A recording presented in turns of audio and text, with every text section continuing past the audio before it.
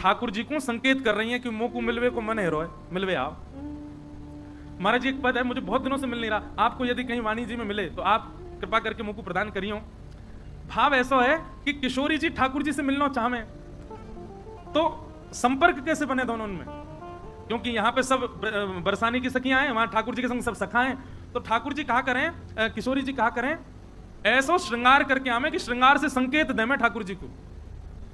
अगर किशोरी जी ने ताकि मत, मैं बार बार भूल जाऊं, लहंगा, हाँ नीलो लहंगा पहनो, नीलो लहंगा पहनो है, गुलाबी चुनरी ओढ़ी है, तो मानो किशोरी जी कहा संकेत कर रही हैं, बोलो नीलो लहंगा मतलब है कुंड, और गुलाबी चुनरी मतलब हम कमल उग रहे होंगे, वहां मिलेंगे आज। ठाकुर जी समझ, अच्छा। अब फिर उसके बाद दूसरा संकेत क्या है, अगर शीश पर जो चूड़ामणि है वो मणिन की विराज रही है, अलग अलग रंगन की है, तो मानो वो संकेत कर रही है कि दिन में मिलेंगे, और श्वेत है तो मानो यूं कह रही है कि पूर्णिमा की चंद्रमा पर मिलेंगे। और किशोरी जी के मुखमंडल की जो पत्रावली है, वो पत्रावली में जितने बिंदु हैं, ठाकुर जी खड़े खड़े उनको गिनते रहे हैं, कितने बिंदु हैं, जितने बिंदु हैं उतनी सखी आमेंगी संग में। और कोई पत्रावली को श्रृंगार नहीं है, केवल एक बिंदी लगा करके आई हैं, तो मानो किशोरी जी करिए अकेली आऊंगी मैं, और कोई नहीं आवेगा, ऐसे ठाकुर जी अनुभव करें। तो आज श्री रघुनाथ दास जी के मानसी में क्या दिख रहा है कि किशोरी जी ठाकुर जी से सूरज कुंड पे मिलवे के काजे आई हैं। यहां ठाकुर जी अपने सखान के संग घूम रहे हैं, दूसरी तरफ किशोरी जी अपनी सखीन के संग घूम रही हैं। अब बस दोनों एक दूसरे को निहार ही रहे हैं, चर्चा करते रहे, मैं फिर निहार लें, फिर चर्चा करें, फिर निहार लें। लेकिन इतने में ही कहा भयो, श्री किशोरी जी की नानी हमारे आज मुखराई वाले बाबा और आए हैं यहाँ पे, मेहनत है गए अब तो मुखराई हमारी किशोरी जी की ननिहाल है, और वहीं से महाराज जी आए हैं। तो किशोरी जी की नानी को नाम मुखराई हो ना, मुखरा। तो किशोरी जी यहां पर, सब लोग ध्यानपूर्वक सुनिए, मानसी को भाव है रघुनाथ दास जी। अब किशोरी जी यहां पर मिलवे आई हैं, ठाकुर जी देख रहे हैं, वहां से किशोरी जी देख रही हैं, बीच में कुंड है। इतने में ही किशोरी जी की नानी मुखरा आ गई और आकर के बोली, अरे अरे श्यामा कहां को गई, अरे लाडली कहां को गई, अरे लाली तू कहां चली गई। भैया मार्ग देती हूँ बीच में, हमारे वृंदावन, अरे सवरे क्या खड़े गए, बैठ जाओ, बीच वाले हो बस।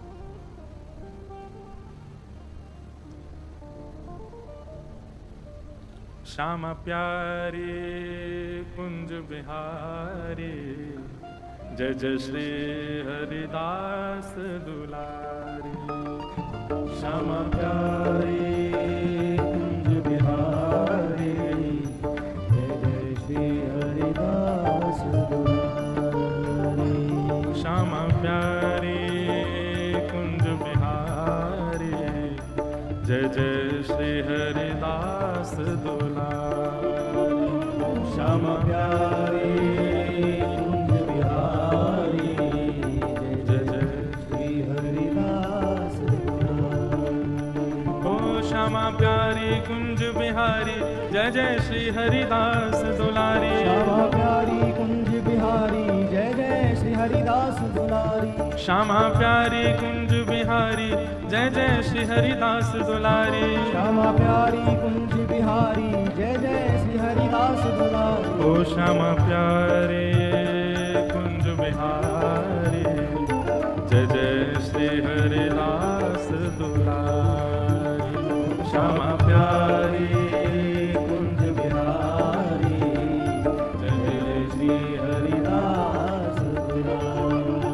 ओ श्यामा प्यारे कुंज बिहारी, जय जय श्री हरिदास दुलारी। श्यामा प्यारी कुंज बिहारी, जय जय श्री हरिदास दुलारी। वृंदावन बिहारी लाल। तो अब यहां पर दोनों बेचारे मिलवे आए, श्यामा श्याम। मानसी में रघुनाथ दास जी दर्शन कर रहे हैं कि सूरज कुंड पे किशोरी जी सखीन संग और ठाकुर जी सखान के संग एक दूसरे से मिलवे के काजे आए हैं। और बस अब ये घूम के एक दूसरे के सामने आ गए, बस अब एक दूसरे को मिलवे ही वारे हैं, या मिलेंगे ना भी तो सखान के संकोच के कारण ठाकुर जी सीधे निकल जाएंगे, किशोरी पर कछु तो करेंगे ठाकुर जी, भले छुप के निकले, न स्पर्श करके निकले, न नेत्रन से नेत्र मिला के निकले, कछु तो हो। अब मानसी में चिंतन कर रहे हैं कि आहा दोनों युगल सरकार मिलवे वारे हैं, अब रास होएगा, अब लीला होएगी। बस समीप आए हते, इतने में ही किशोरी जी की नानी आ गई और मानसी में ही आवाज आ रही है बाबा को, अरे श्यामा, अरे लाडली, अरे लाली कहाँ को गई, ऐसी टीक दोपहरिया में कहाँ घूम रही है, अरे लाली तेरे पामन में फोरा पड़ जाएंगे, अरे लाली तू कहाँ चली गई। अब मुखरा देवी की जैसी आवाज आई, किशोरी जी तो संकोच में आ गई और किशोरी जी बोली अरे नानी आ गई भैया जल्दी चलो। बस मिलवे ही वारी, किशोरी जी उल्टी घूम करके और सीधी दौड़ी नानी के पास। समझ में आ रही लीला। अब किशोरी जी जैसे ही दौड़ी तो किशोरी जी के केस तो खूब लंबे हैं, पर सखी कभी कभी श्रृंगार करें और कभी जब ठाकुर जी से मिलवे की योजना बने किशोरी जी की, तो कभी कभी बेणी जो है वो अलग से भी नेक श्रृंगार में बढ़ा दें, किशोरी जी के केशन में नेक और बेणी लगा दें श्रृंगार। आज लाल जी से मिलवे आई हैं तो विशेष श्रृंगार हुआ है किशोरी जी को, और आज हमारे गिरधर लाल जी भी बेणी पहन के आए हैं आज के श्रृंगार में। देखो टीवी पे दिख रहे हैं, ये देखो नीचे की तरफ जा रही है बेणी और वहां पे सुंदर मोती जड़े भये हैं। केश लाल जी के बाम हस्त के नीचे देखो, इतनी बारीकी से दर्शन करे करो तब आनंद आवे। तो किशोरी जी के जो केशन में बेणी हती और जल्दीबाजी करने लगी, जोर जान लगी कहीं नानी यो नहीं देख ले कि कार कुंवरते मिलवे आई है। सो केश जो अधिक लगे वो निकर के वहीं गिर गए, और वहां जैसे ही गिरे तो बंधुओं एक नियम हो रहा है मानसी का कि जो मानसी चिंतन में जाता है वो स्वयं को भी सहचरियों में रखता है। जैसे मैं अगर मानसी चिंतन करूं तो किशोरी जी के साथ ललिता जी हैं, विशाखा जी हैं, अन्य सहचरियां, उन अन्य सखियों में मैं भी एक सखी हूं। तो रघुनाथ दास जी चिंतन कर रहे हैं कि किशोरी जी की बेणी गिर गई, अब किशोरी जी दौड़ी तो सब सखी भी दौड़ी, तो इतने में ही किशोरी जी ने रघुनाथ दास जी जो सखी रूप में उनको आज्ञा करी मेरी बेणी गिर गई है ले आओ। और रघुनाथ दास जी बेणी खोजवे के काजे गए, खोजते खोजते महाराज घूम लिए खूब, लेकिन वहां पर बेणी नहीं मिली। स्थिति ये हो गई कि मानसी से बाहर आ गए और बाहर आकर के क्या करें, आसन उठा के देखें, अगल बगल में सब खोज के देखें, अपनी कुटिया की सामग्री उठा उठा के देखें बेणी कहां है, बेणी कहां है। ढूंढते ढूंढते ऐसे भाव साम्राज्य में चले गए, अब मानसी नष्ट हो चुका, प्रत्यक्ष भाव में है, प्रत्यक्ष में भी ढूंढ रहे हैं, राधा कुंड में डुबकी लगा के भीतर ढूंढ रहे हैं, गिरिराज जी की परिक्रमा में ढूंढ रहे हैं, गोवर्धन पर जा जाके ढूंढ रहे हैं किशोरी जी की बेणी कहां है। ढूंढते ढूंढते आप गिरिराज जी से वृंदावन की ओर निकल पड़े और रास्ता भर रुदन कर रहे हैं, किशोरी जी ने पहली बार सेवा दी और मैं कुछ नहीं कर पाया, वो बेणी कहां चली गई। और आप भ्रमण करते करते करते रुदन करते करते जैसे ही वृंदावन पहुंचे, वृंदावन में सबसे पहले आप निधिवन गए, और जैसे ही निधिवन गए बिहारी जी को दर्शन करने, आंखें लाल पड़ी, नेत्रन से अश्रु गिर रहे हैं, और सब जगह ढूंढते आ रहे हैं वृक्ष वल्लरी सब, कहीं बेणी मिल जाए हमारी श्री जी की। स्वामी श्री हरदास जी महाराज बैठे, रघुनाथ दास जी को देख के विठल विपुल देव जी कही इनको लेके आओ यहाँ पे, रुदन कर रहे हैं भाव में, किशोरी जी की बेणी ना मिल रही है। बाबा रोना बंद करो, काई को रहे वैसे, आप यो ना पता हो कि बेणी छोड़ करके किशोरी जी गई, मां पीछे कन्हैया भी तो खड़ो, और किशोरी जी की कोई सामग्री रह जा, कन्हैया छोड़ देगो बाकू। अब रघुनाथ दास जी के मानसी को स्वामी श्री हरदास जी पहचान गए और बोले कन्हैया लेके भाज गए हो भाई। रघुनाथ दास जी तो इतने भाव में भर गए, बिहारी जी से कहने दो बेणी दो किशोरी जी की, बिहारी जी से कहें लेके भागे। अरे इन पे नाधरी मैं बताऊं कहां है, बोले कहां है, बोले राधा कुंड ने आगे जाओगे वहां एक पीपल को पेड़ है, हाँ भाई पीपल के पेड़ के नीचे बहुत सारे भौरा घूम रहे होंगे, वो भौरा कोई और ना जो कन्हैया ही है, और वो भौरा जहाँ पे घूम रहे होंगे नीचे पुष्प अंकित वो जो बेणी है वही श्री किशोरी जी की बेणी है, जाओ ले लो। रघुनाथ दास जी मानसी तो वर्षों से कर रहे थे, पर मानसी की प्रसादी स्वामी श्री हरदास जी की कृपा से वो बेणी प्राप्त हुई उनको। स्वामी जी ने बताई जाओ जाके वहां देखो पीपल वृक्ष के नीचे भौरा डोल रहे होंगे, वही नीचे बेणी है, वही किशोरी जी की बेणी है, भौरा कोई और नहीं है, कन्हैया ये प्रणाम कर लिए उनको। रघुनाथ दास जी गए गिरिराज जी और गोवर्धन में जाकर के राधा कुंड के पास पीपल वृक्ष के नीचे जाके देखो भौरा मंडरा रहे, जैसे रघुनाथ जी गए तो भौरा तो वहां से प्रस्थान कर गए, नीचे देखो तो किशोरी जी की प्रत्यक्ष बेणी उनको प्राप्त हुई।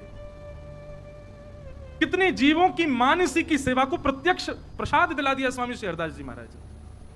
विठल विपुल देव जी को करुआ दिला दिया निकुंज से, रघुनाथ दास जी को मानसी में जाकर के उनकी मानसी की लीला को पूर्ण करा दिया। जाओ किशोरी जी को दे दियो, तो मानसी में जाकर के आपने किशोरी जी को प्रस्तुत किया, तो किशोरी जी ने वही बेनी श्री रघुनाथ दास जी के गूंथ दी, बोले अभी आपकी है, आप ही रखो, तो सदा वही को अपने पास रखो। ऐसे स्वामी श्री हरदास जी महाराज कृपा करी, सब रसिक आनंद में है। अब तो महाराज ऐसी स्थिति आ जाए कि भजन साधन में कोई भी कोई को संशय हुआ तो वो स्वामी जी के पास ही जामे पूछवे के काज, स्वामी जी निराकरण करें।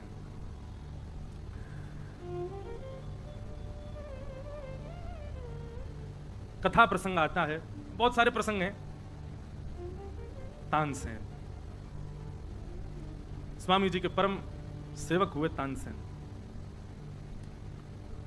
तानसेन का नाम तो सबने सुना ही है, मधुर गायक हुए।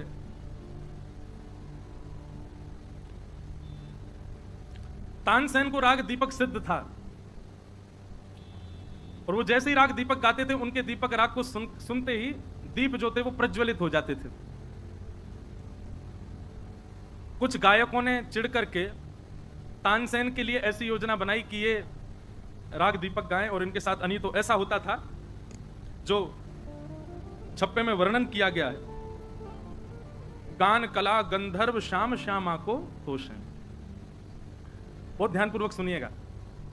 तो तानसेन जो थे ये अत्यंत श्रेष्ठ गायक, पर आपको राग दीपक सिद्ध हुआ था। पर दीपक राग की एक विशेषता तो ये थी कि उसको गाने से दीपक जल जाते थे, पर उसकी एक नुकसान ये होता था कि राग दीपक गाने वाले को बाहर वालों को नहीं दिखता था, पर गाने वाले को भीतर ही भीतर जलन होने लगती, अग्नि प्रज्वलित हो जाती थी उसके भीतर, और वो अग्नि जल से, सरोवर से, नदियों से शांत होने वाली नहीं थी। उस अग्नि को शांत करने के लिए एक ही उपाय है कि कोई मेघ मल्हार राग गावे, तो उस राग को सुनकर के अग्नि शांत होगी। और तानसेन अभी मेघ मल्हार राग अच्छे से निपुण नहीं हुए थे गाने में, इसलिए तानसेन ने धीरे धीरे कम कर दिया राग दीपक गाना, क्योंकि जलन होने लगती थी। अब मेघ मल्हार कोई गा के सुनाए तब ठीक होते थे, अब कोई गाने वाला था नहीं। लेकिन एक बार कुछ गायकों ने चिढ़ करके राजा से कहा, बोले जब ये दीपक राग गाते हैं तो दीपक जल जाते हैं, और दर्शनार्थी ताली बजाते हैं, राजा की प्रशंसा होती है, इसलिए राजा की प्रशंसा ना हो इसलिए ये दीपक राग नहीं गाते। राजा बोला अच्छा, हमारी प्रशंसा से इसको चिढ़ होती है? बोले हाँ जी, इसीलिए दीपक राग। आप नहीं तो पूछ के देख लेना, आप कहना दीपक राग गाओ, मना कर देगा। राजा के कान भर दिए लोगों ने। राजा ने आज सभा में तानसेन से कहा, बोले तानसेन दीपक गाओ। इतने में सैनिक आए, दीपक ले आए घी डाल के। तानसेन बोला, भगवान आपसे प्रार्थना है कि दीपक गाने के लिए आज्ञा ना दें, क्योंकि मुझे बहुत कष्ट होता है गाने में। राजा बोला कोई कष्ट नहीं होता, ये सब हम तुम्हारी चाल समझते हैं। सभा सब आनंदित होती है, हमारी सभा है, आनंदित होती है, और हमसे आनंदित होती है, वो देख करके तुम प्रसन्न नहीं होते, इसीलिए गाने से मना कर रहे हो। या तो गाओ, नहीं तो हम तुम्हारे प्राण हरण कर लेंगे। तानसेन बोला दोनों तरीके से मृत्यु है, नहीं गाऊंगा तो राजा मार देगा, गाऊंगा तो जल जाऊंगा, अंदर ही अंदर मेघ मल्हार कोई सुनाएगा नहीं, मृत्यु हो जानी मेरी। तानसेन पहले भी ब्रजमंडल आ चुका था, तानसेन पहले भी ब्रज में आकर के सेवा कर चुका था, पर स्वामी जी से अभी तक उसकी भेंट नहीं हुई थी। गोवर्धन आया था श्रीनाथ जी की हवेली में गाने। महाराज जी एक लीला ऐसी सुनाई जाती कि तानसेन जब गाने आया श्रीनाथ जी के सामने तो पान मुख में रख करके गा रहा था। तो गोसाई विठलनाथ जी बोले झूठे मुंह सेवा कर रहे हो ठाकुर जी की, कुल्ला करके आओ चलो। तानसेन बाहर गया, बोले अब वो तो राजाओं के दरबार का गायक, उसको क्या पता मंदिर में कैसे गवता है। गया बाहर जाकर के कुल्ला आदि करके आया, बढ़िया उसने सब स्वच्छ होकर के आया। फिर उसने जब गाना शुरू किया तो भीतर खड़े श्रीनाथ जी झोंके लेने लगे, नींद आने लगी ठाकुर जी को। तो गोसाई विठलनाथ जी भीतर गए, बोले जय जय कहा भे हो? बोले पहले बढ़िया गा रहे हो, अब तो जन कहा रहे हैं करो, मैं तो आनंद ही ना आ रहा। गोसाई जी बोले जय जय पहले पान मुंह में धर के गा रहे हो, अब मैंने कही अपरस की भावनाएं आपके लिए शुद्धता देखनी पड़े, हाथ पाम धो, मुखों को पूछो होना चाहिए, तो मैंने कह दी कुल्ला करके ना ना, या तो यूं को फिर तो पान खा के आए फिर गावे। गोसाई जी ने पर्दा क्यों जय हो, सबरे नियम हमारे काजी बनाए हुए हैं, अपरस करो, हाथ का खासा करो, शुद्धता रखो, न्यो कपड़ा पहनो, और ये नहीं होना चाहिए, ये नहीं होना चाहिए, और यहाँ करवे में या के काजे। अब देखो या तो कभी चलो जाए, और यदि गानो चारो पान खा के आए पहले। गोसाई जी बाहर आए, तानसेन बोलो जी जय जय आज्ञा। बोले तुम पान खा के आओ। बोले आप तो मना कर रहे थे झूठे मुंह नहीं, अब खाए आओ कोई बात नहीं। 2 पान दबा के आयो, जैसे ही राग गाने शुरू किए सीना जहां अब आ रहा है, अब बढ़िया लग रहा हूँ। तो भैया बड़ो नवीलो ठाकुर है, जन कौन को कौन सा गुण बढ़िया लग जाए। हम नहा धो करके अपरस में खिचड़ी बना दे तो पावे ना हमें, और कर्मा भाई बिना नहाए धोए बना दे, बाकी खावे काजे दौड़े चले हमें। न जाने कौन से गुण पर दयानिधि रीझ जाते। ठाकुर जी की लीला भैया कब कौन से कहां रीझ जाए कुछ पता नहीं। तो तानसेन, सब लोग सावधानी से सुनो। तानसेन ने जैसे मन में सोचा कि नहीं गाऊंगा तो राजा मार देगा, और गाऊंगा तो दीपक राग गाने से जो ज्वलन होगी उससे मर जाऊंगा, इससे बढ़िया तो गा के मर जाता हूं। और उसने जैसे ही दीपक राग गाना प्रारंभ किया, महाराज यहां दीप प्रज्वलित होते जा रहे हैं, एक एक करके दीप जलते जा रहे हैं। समाज बैठा है, सब करताल बजा बजा करके जय जयकार कर रहे हैं। राजा भी बार बार अपनी ताल ठोकता, हाँ आनंद आ गया, मेरी सभा में आज रौनक लग गई। पर तानसेन लाल पड़ गया, फोड़े होने लगे शरीर पर, गला बिल्कुल उसका अवरुद्ध होने लगा, नेत्रों से आंसू गिरने लगे, भीतर ज्वलन होने लगी उसको, मानो किसी ने अग्नि प्रज्वलित कर दी हो।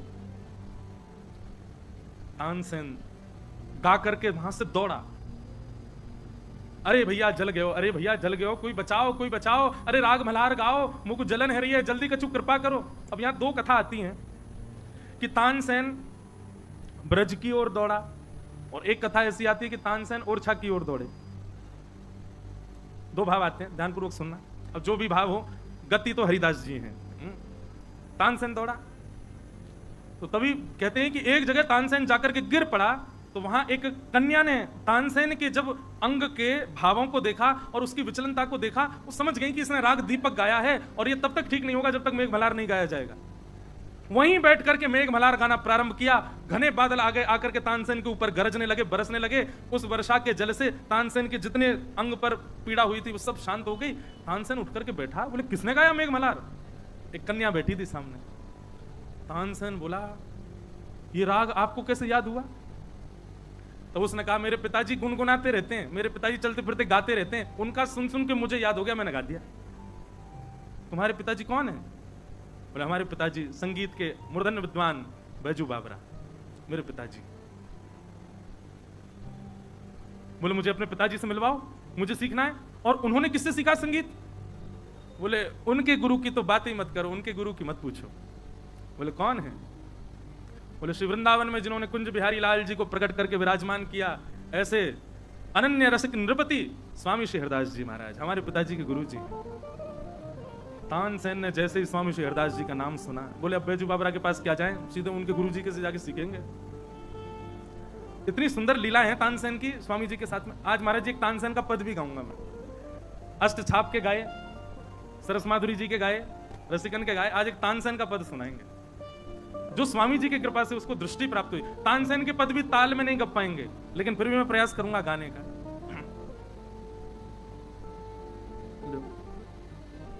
तानसेन पहुंचा वृंदावन। वृंदावन गया,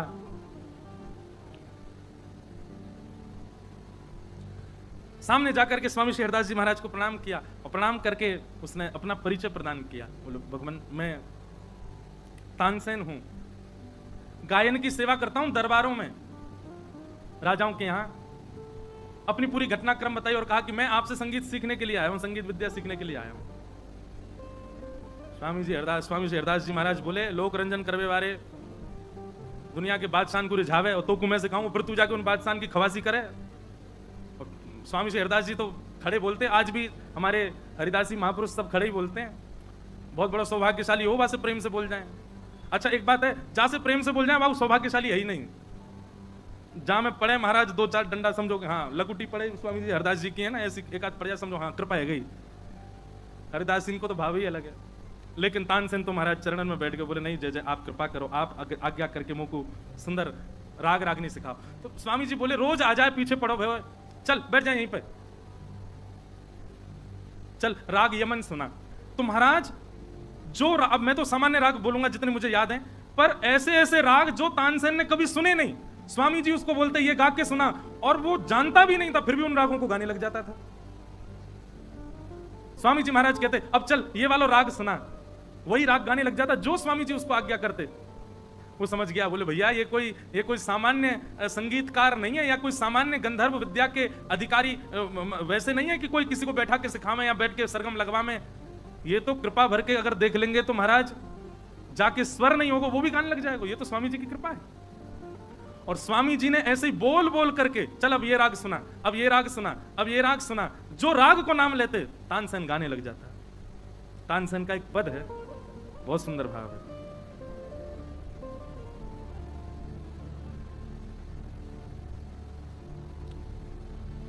द्रगन मेरे जोलो सुख होए।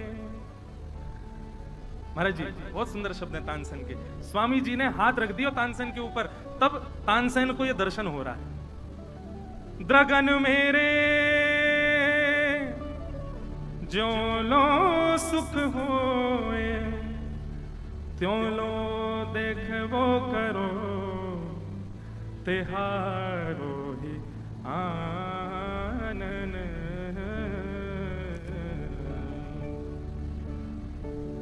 द्रगन मेरे ज्यों लो सुख होए, त्यों लो देखबो करो, तिहारो ही आनन। एक पल अंतर हो अंधियारो, सूझत ना दीन दिए, बोलना सुहात काहू को कानन। तानसेन कह रहे हैं, द्रगन मेरे ज्यों सुख होए, त्यों देखवो करूं, तिहारो ही आनंद। अभी तक तो केवल राजाओं की खवासी करी, पर स्वामी श्री हरदास जी की चरण रज प्राप्त है गई तो तानसेन के शब्द बदल गए। बिहारी जी के सामने बैठ के गा रहा है कि मेरे नेत्रन को जैसे सुख मिले तैसे मैं आपको दर्शन किया करूं, या फिर भाव ऐसा है कि आपको देखवे में ही मेरे नेत्रन को सुख प्राप्त होवे। एक पल अंतर होए अंधियारो, सूझत ना दिन दिए। आपके बगैर यदि एक क्षण भी मेरा व्यतीत होता है तो मेरे आंखों के आगे अंधियारे हो जाते हैं। दिन के दिया यानी कि सूर्य भी मुझको दिखाई नहीं देते हैं आपके आगे। हे नाथ, आपको रूप कैसो है।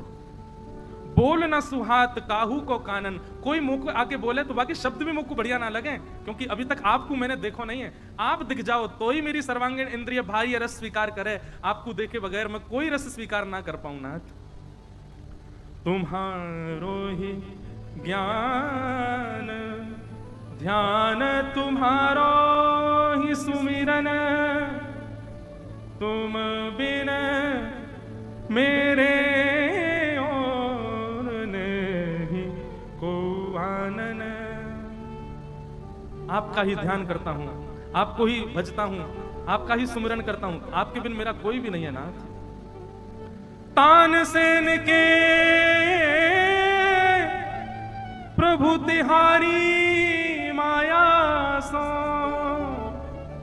तानसेन के प्रभु तिहारी माया सो, मुँह सबको लागत पहचानिए, तिहारो ही आनंद। आपकी कृपा से मुझे पूरा विश्व पहचानने लगा नाथ। मैं अब तक गाता था तो मन में आता था कि वो राजा मुझे बुलावे, वो राजा मुझे बुलावे, वो राजा मुझे बुलावे, लेकिन आज आपने बुलाया तब मुझे समझ आया राजाओं के दरबार में गाना तो केवल और केवल मेरा अभ्यास था, मूल गायन तो आपके सामने करना था। अब तक तो मैं अभ्यास करता रहा, मूल गायकी तो आपके सामने कर रहा हूं। द्रगन मेरे ज्यों लो सुख होए, त्यों लो देखबो करो, तिहारो ही आनन। तानसेन के प्रभु तुम्हारी माया सो, मोहे सबको लाग्यो पहचानन, हारो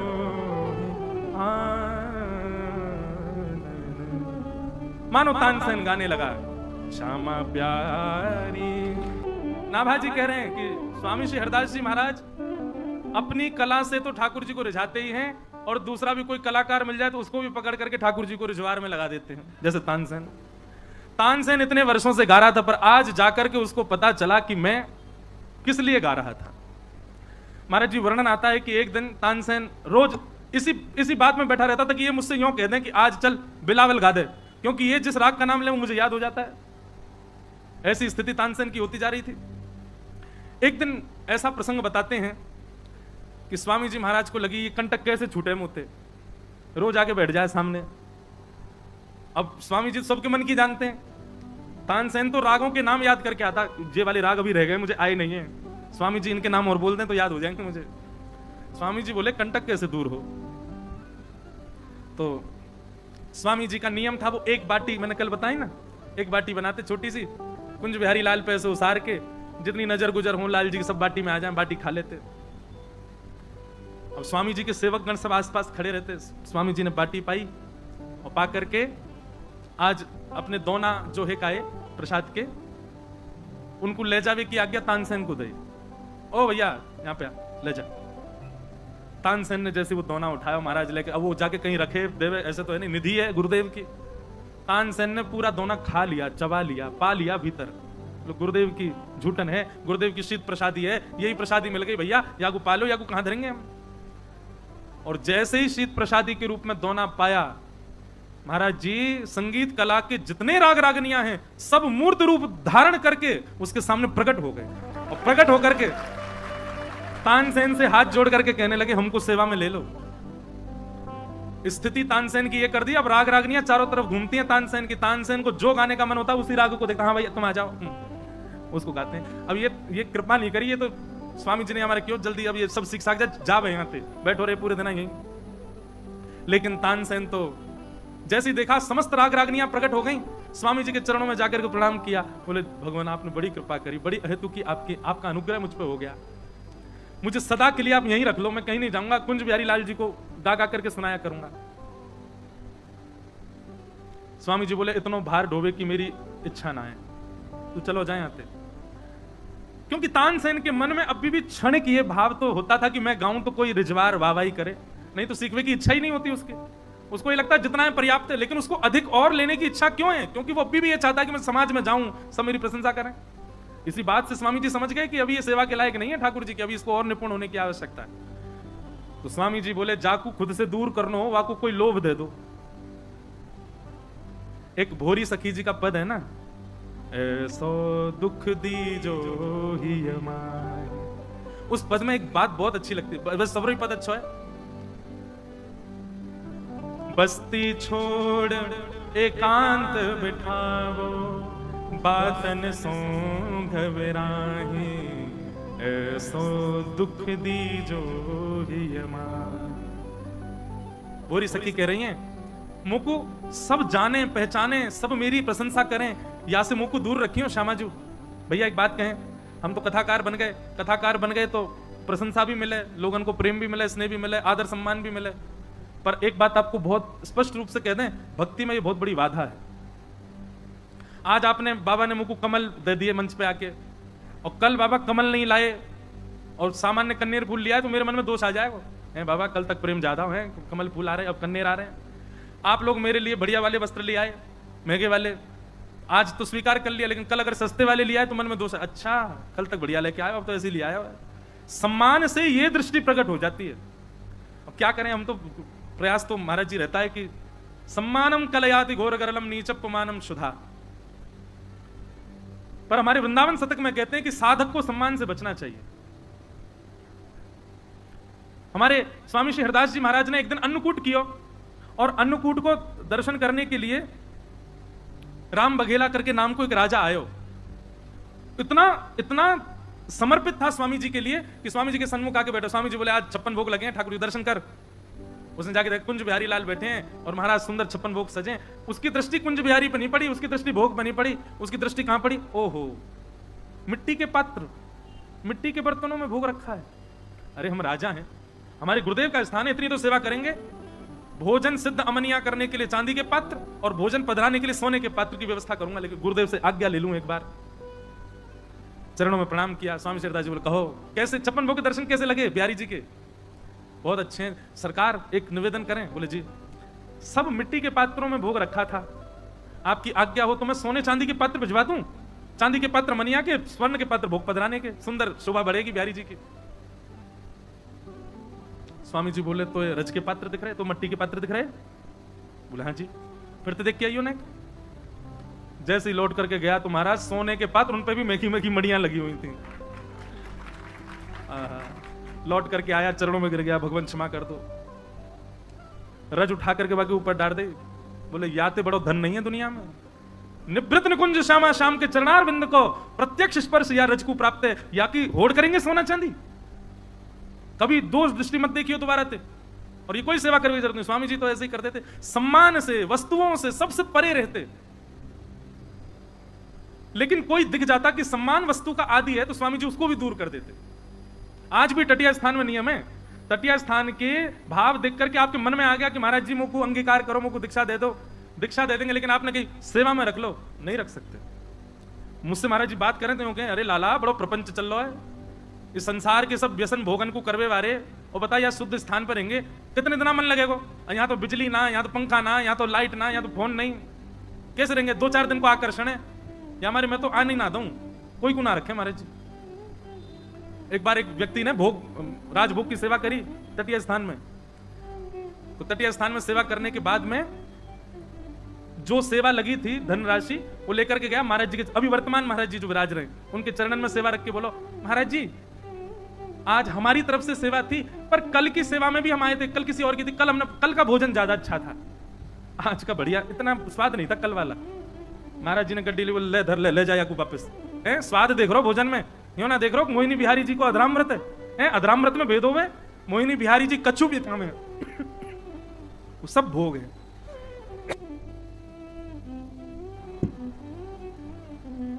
आज भी वही नियम चल रहा है स्वामी जी की परिपाटी का। तो तानसेन बोला कि मुझे यहीं रख लो। स्वामी जी बोले अभी अधिकारी नहीं बनाए। स्वामी जी बोले सुनो तुम चले जाओ दिल्ली। बोले क्यों? वहां बादशाह अकबर तुम्हारी प्रतीक्षा कर रहा है। अकबर का नाम सुनते ही तानसेन के तो बोले ओहो, गा के सुनाऊंगा, सोने की मोहर दिया करेगा। अच्छा गुरुजी कब जाऊं? बोले हैगी बस, हैगी श्रद्धा पूरी नेक में, निकल जा। और वहां जाकर के ये राग गई हो, राग को नाम बोल दियो, तेरे राग को सुनकर के तेरो तेरो तेरो कहा के तेरो मुनीद है जाएगो अकबर। ठीक है। तानसेन तो तुरंत प्रणाम करके क्षण भर भी नहीं रुको, तुरंत भाग गया दिल्ली। स्वामी जी तो सबके हृदय की जाने। तानसेन गया, जाकर के अकबर को जैसे वही राग सुनाया जो स्वामी जी ने कहा। अकबर तो बड़ा रिजवार खूब सुनता था, वो तो उसने ऐसा स्वर सुना ही नहीं। महाराज सिंहासन से उठ करके आके खड़ा हो गया, तानसेन जी के सामने आकर के बोला मेरे नवरत्नों में मैं आपको शामिल करता हूं। क्या गाते हैं आप, मुझे लगता है पूरे ब्रह्मांड में, इस त्रिलोकी में आप जैसा गाने वाला नहीं। अब उसकी तो उर्दू भाषा रही होगी, हम तो ऐसे ही बोलेंगे, और उसने जो भी बोले वो शब्द। लेकिन तानसेन को तभी स्मृति होने लगी अपने गुरुदेव की। बोले देखो आप हमारी गायकी की प्रशंसा करो, सब कहो, सब अच्छी बात है, पर इस पृथ्वी पर सबसे अच्छा गायक ऐसा तो बिल्कुल मत कहिए। अकबर बोला मैंने पूरे भारत के गायकों को सुना है, मुझसे अच्छा श्रोता कोई नहीं होगा, तुम्हारे जैसा स्वर मैंने सुना ही नहीं है आज तक। तानसेन जी बोले अभी आपने हमारे गुरुदेव स्वामी श्री हरदास जी को नहीं सुना। हमारे गुरुदेव का स्वर सुन लोगे तो आप ये बात कभी नहीं बोल सकते। वहीं एक पात्र में जल था, एक बड़ा पात्र था, उस पात्र में उंगली बोर के निकाली, बोले इसमें जो बिंदु आई है ना, मेरी गायकी तो इसके समान है, मेरे गुरुदेव की गायकी तो विशाल सागर के समान है। अद्भुत गाते हैं। अब अकबर तो बादशाह है जहां पना, वो तो वैसे ही आगे, अच्छा चलो गुरुजी को बुलवाओ अपने को। तानसेन मुस्कुराने लगा, वो कभी नहीं आएंगे। वो क्यों नहीं आएंगे? बादशाह बुलाएगा, जहां पना बुलाएगा, वो नहीं आएंगे। बोले आप बादशाह एक देश के हो, वो जिस बादशाह को लिए बैठे हैं वो पूरे त्रिलोकी का बादशाह है, ब्रह्मांड का बादशाह है। और महाराज बड़े राजाओं की सेवा में रहने वाले छोटे मोटे गांव के राजाओं के पास नहीं जाते। ब्रह्मांड का राजा बैठा है हमारे गुरुदेव के पास, वो आपके पास क्यों आएंगे? कभी नहीं आ सकते। अकबर की तो अब रट लग गई, जब भी मिले तानसेन से मुझे स्वामी जी हरदास जी का स्वर सुनना है, मुझे उनका स्वर सुनाओ, मुझे उनका। बोले उसके लिए तो आपको वृंदावन जाना पड़ेगा, और वृंदावन जाने के लिए आपको अपना राज स्वरूप त्यागना पड़ेगा। इतना आदी हो गया स्वर सुनने का, उसने स्वीकार कर लिया मैं राज स्वरूप त्याग कर दूंगा, लेकिन मुझे स्वामी जी का स्वर सुनाओ। तो बोले फिर राज स्वरूप त्यागना पड़ेगा तो क्या पहनना पड़ेगा मुझे? वो तानसेन बोले झांपना क्षमा करना, गुस्ताखी, आपको मेरा दास बन के चलना पड़ेगा, मेरा खवासी बन के चलना पड़ेगा। बोले मतलब? बोले गायकों के साथ में पीछे तानपुरा वाले बैठे रहते हैं, तंबूरा उठा के चलते हैं, आपको वो बन के चलना पड़ता, तब तो स्वामी जी सुनाई देंगे, नहीं तो नहीं। अकबर ने एक रात सोचा, दूसरे दिन बोला ठीक है तैयारी, क्या किसी को पता थोड़ी चल रहा, मैं तंबूरा उठा के चल दूंगा, सुना दो। तानसेन बोला दूसरी बात, आप बोलते बहुत हैं, क्षमा करें, गुस्ताखी क्षमा, आप बोलते बहुत ज्यादा, गुरुजी के सामने ज्यादा बोलना नहीं, चुपचाप स्वर सुन के निकल लेंगे वहां से। अकबर मन में सोचने लगा पहले तो नहीं बोलूंगा, लेकिन जाते जाते बता तो जाऊंगा कि झांपना हूं मैं। अरे पता चलेगा कि झांपना आया तो अपने आप ही आनंदित हो जाएंगे। स्वामी जी की स्थिति को कौन जाने। अकबर आया, मथुरा तक तो सेना लेके आया, मथुरा में अपनी सारी सेना छोड़ी, अपना पूरा रूप बदला, बिल्कुल महाराज दीनहीन से वस्त्र पहन लिए, तंबूरा उठा के तानसेन के पीछे दास बन के चल रहा है स्वामी जी का स्वर सुनने के लिए। निधिवन राज में प्रवेश हुआ, स्वामी जी अपने मानसी में विराज रहे थे, तो तानसेन आदि कुछ लोगों को अंदर प्रवेश था, बाकियों को बाहर ही रोक दिया गया। अकबर को रोक दिया, तुम यहीं रुको, तानसेन जी आप जाओ भीतर। अकबर की आंखें चढ़ने, तानसेन बोले नहीं, आप खवास बन के आए हो मेरे, वैसे ही रहो, कोई नहीं, ये रोकेंगे आपको, कुछ कहें भी सुन लेना। झांपना सोच रहा हूं, कुछ नहीं कर ले, जाते जाते सबको बता के जाऊंगा झांपना हूं मैं, सब क्षमा मांगेंगे फिर मुझसे। भीतर तानसेन पहुंच गए, जाकर के प्रणाम किया, मानसी निवृत्त हुए। स्वामी जी तो सबके मन की जानते हैं। स्वामी जी समझ गए कोई आया भी है साथ में, और स्वर सुनने आया। स्वामी जी ने कहा तानसेन सेवा करो, कुंज बिहारी को कुछ गा के सुनाओ। तो तानसेन ने गाने के लिए कहा कि साथ में एक सेवक आया है तंबूरा बजाने, आपकी आज्ञा हो तो बुला लूं भीतर? हाँ बुलाओ उसको भीतर बुलाओ। बादशाह अकबर पीछे तानसेन के बैठा, हाथ में लिए तंबूरा बजा रहा है, स्वामी जी सामने बैठे हैं। तानसेन ने गाना प्रारंभ, तानसेन जानता है कि मैं प्रत्यक्ष नहीं कह सकता कि कुछ गा के सुना दीजिए गुरुदेव, इसलिए तानसेन ने ऐसा गान किया कि गान में त्रुटि करने लगा, गान में स्वर बिगाड़ने लगा। और क्षमा करें, हम आपके लिए तो ऐसी कोई विधान नहीं है, पर जो लोग नियम से संगीत सीखते हैं, नियम से संगीत का रियाज करते हैं, अलाप लगाते हैं और गायन करते हैं, यदि वो अपने गायन में त्रुटि करते हैं तो उनको पाप लगता है। अब मां ऐसा बता, मां तो ऐसा कहा कि ब्रह्म हत्या समान पाप लगता है स्वर में त्रुटि करने पर। तानसेन ने जैसे स्वर बिगाड़ा, स्वामी जी क्रोधित हो गए, क्या गाते हो, यही सीख रहे हो सब दरबारों में गा गा करके, और ये झांपनाओं के और ये बादशाहों के और इनके यहाँ रह रह करके सब बिगड़ गया तुम्हारा खान पान सब। और महाराज चार सुना दी बादशाह अकबर को, बादशाह वहीं बैठा था, जोर जोर से तंबूरा बजा रहा है। तानसेन बोला क्षमा करें भगवान, आप कुछ सुना दीजिए, सीधे कहो सुनने आए हो? जी भगवान सुनने आए।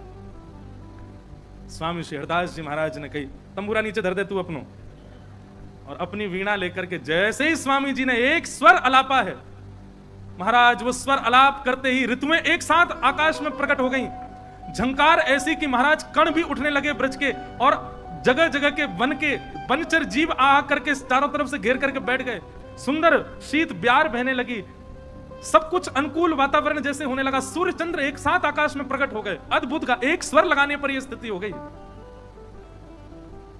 बादशाह के तो नेत्र बंद हो गए, स्वर सुनते ही वो तो श्रोता बहुत ऊंचा था, एक स्वर सुनते ही वो तो भूल गया कि मैं खवास बन के आया हूं, मैं तानपुरा उठाने वाला बन के आया हूं, सब भूल भाल गया। स्वर सुनते ही उसके मुख से निकला वाह वाह वाह वाह वाह वाह, और जैसे ही उसने वाह वाह करी, स्वामी जी तुरंत मौन हो गए।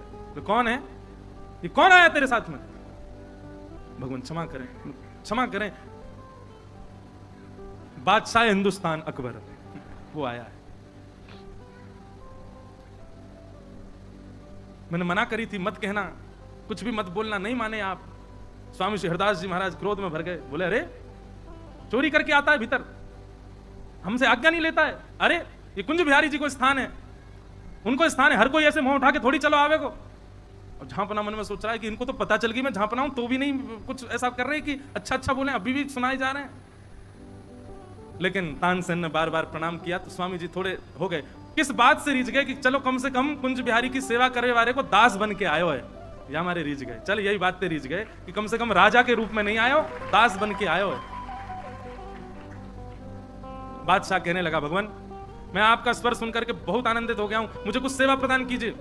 आप कहें तो मैं पूरे निधिवन राज को महल जैसा बना दूं, सोना चांदी हीरे। तानसेन उंगली पकड़ मत बोलो, स्वामी जी के आगे सब अपना वैभव मत बताओ। तानसेन का हाथ झकझोर दे। आप कहें तो मैं मणियों से मंडित कर दूं, आपके ठाकुर जी जो हैं कुंज बिहारी जी, इनका बढ़िया मंदिर बनवा दूं, शीश महल जैसा बनवा दूं, खूब सारे ठाकुर जी दिखा करेंगे उसमें। आप मुझे सेवा बताइए। आप कहें तो मैं आपके मेहमान, आपकी नवाजी में ये कर दूं, बोलते ही जावे। तानसेन बार बार हाथ पकड़े, मत कहिए, कुछ ज्यादा मत बोलिए गुरुदेव के सामने। स्वामी जी महाराज सुनते रहे, नेत्र बंद करके। तानसेन बोला, इसको तो बाहर करेंगे कि यूं नहीं, मुझे भी त्याग दें कि तू भी चलो जा, जीवन में मत आइयो। तानसेन घबरावे मनी मन। अकबर बोले, आप कहें तो महाराज निधिवन क्या मैं पूरे वृंदावन में मणियां लगवा दूं। तानसेन को क्रोध आया, बोल पड़ा, चुप है जा बावड़े, मत बोले, ये गुरुदेव में स्वामी जी हरदास जी महाराज हैं। स्वामी जी महाराज के नेत्र खुले। सुनो, एक काम करो, तानसेन इनको लेकर के जाओ, किसी घाट पे सिड्डियां हैं, उन सिड्डियों में से एक सिड्डी का कोना टूट गया, उनसे कह दो वो बनवा देंगे। सेवा करनी है, बहुत देर से चिल्ला रहे हो, सेवा सेवा सेवा, सोना चांदी हीरे सब डाल दिए, जाओ किसी घाट की सिड्डी का कोना टूट गया, बनवा दो उसको जाके। अकबर कहने लगा, आप हिंदुस्तान के बादशाह से कह रहे हैं कि सिड्डी का कोना बनवा दे? अरे महाराज आज्ञा तो, बोले तू पहले कोना बनवा दे, फिर आगे की आज्ञा करूंगा। जमुना जी में नाव में बैठा करके बादशाह को घुमाया। महाराज स्वामी जी ने ऐसी दृष्टि कर दी बादशाह अकबर की कि संपूर्ण वृंदावन मणिमंडित दिखाई देने लगा। संपूर्ण वृंदावन में स्वर्ण चांदी के ऊंचे ऊंचे महल दिखाई देने लगे। श्यामा श्याम को विलास स्वरूप, स्वामा श्याम जहां नित्य विहार करे। वृंदावन ऐसा सुंदर कि कभी जीवन में कल्पना भी नहीं करी थी अकबर ने ऐसे वृंदावन की। समझ गया, वो समझ गया कि महाराज ये जो बादशाह, ये जो मैं अपनी बादशाही दिखा रहा हूं ना, यहां नहीं चलने वाली है, ये तो पृथ्वी से विलग स्थान है वृंदावन। तानसेन से कहा, नाव मोड़ो, जल्दी चलो गुरुदेव के पास। तुरंत पहुंचे और निधिवन राज में प्रवेश करके बादशाह अकबर ने स्वामी जी को प्रणाम किया। बोले, मैं आपसे बहुत प्रसन्न हूं महाराज जी। ऐसा वर्णन भी आता है कि बादशाह अकबर के चित्त में वैराग्य आ गया स्वामी जी को देख करके, और उसके मन में यह आ गया कि मैं सब बादशाही छोड़ छाड़ करके निधिवन राज में स्वामी जी की शरण में ही अपनी शरणागति ले लूं। उसके मन में ये भावनाएं प्रकट होने लगी। अभी तक तो बहुत बोल रहा था, अब चुपचाप कुंज के नीचे बैठा है और स्वामी जी को देख रहा है बादशाह। देखते देखते उसके मन में ये इच्छा प्रकट हो रही है कि मैं सब छोड़ छाड़ करके स्वामी जी का बस चरण सेवक बन जाऊं। स्वामी जी सबके हृदय के जानते हैं। स्वामी जी समझ गए, बोले अगर इसको वैराग्य आ गया और ये सब छोड़ करके निधिवन में आ गया तो यहाँ के पीछे पूरी दुनिया भीड़ यहीं आ जाएगी और हमारे रस में भंग हो जाएगा, हमारी निकुंज की लीला सब खत्म हो जाएगी। ये यहाँ नहीं रुकना चाहिए, इसको भेजो यहां से। स्वामी जी से उसने केवल निवेदन मात्र किया था। स्वामी जी ने इतने में आज्ञा करी, भैया देख भारत की अभी तेरी जरूरत है, तू चलो जा। बोले, मैं आपका दर्शन नित्य करना चाहता हूं, क्या करूं? आगरा से एक चित्रकार बुलवाया और महाराज जी पूरी पृथ्वी पर भूमंडल को स्वामी श्री हरदास जी का सबसे पहला चित्र बनवा करके अकबर ने प्रदान करवाया। स्वामी जी का चित्र बनवाया, स्वामी श्री हरदास जी का चित्र बनवा करके अकबर लेकर के